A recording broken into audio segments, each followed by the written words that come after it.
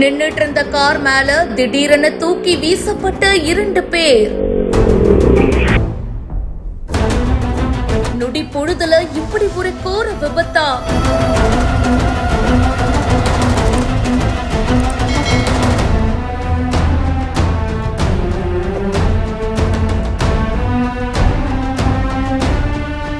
கேரளா கொல்லம் தேனி தேசிய நெடுஞ்சாலையில தான் இந்த சம்பவம் நடந்திருக்கு. சக்குவலி பாறைமுகம் சந்திப்புல இந்த வாகன விபத்து ஏற்பட்டிருக்கு.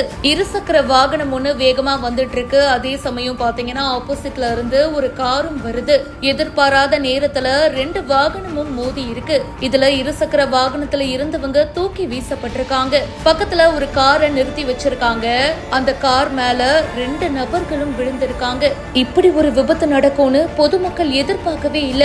என்ன நடக்குது அங்கன்னு திகைச்சு போயிட்டாங்க. எல்லாமே அங்க இருக்கிற சிசிடிவி கேமராவுல பதிவாயிருக்கு. இந்த வீடியோ இப்ப வெளியாகி அதிர்ச்சியை ஏற்படுத்தி இருக்கு.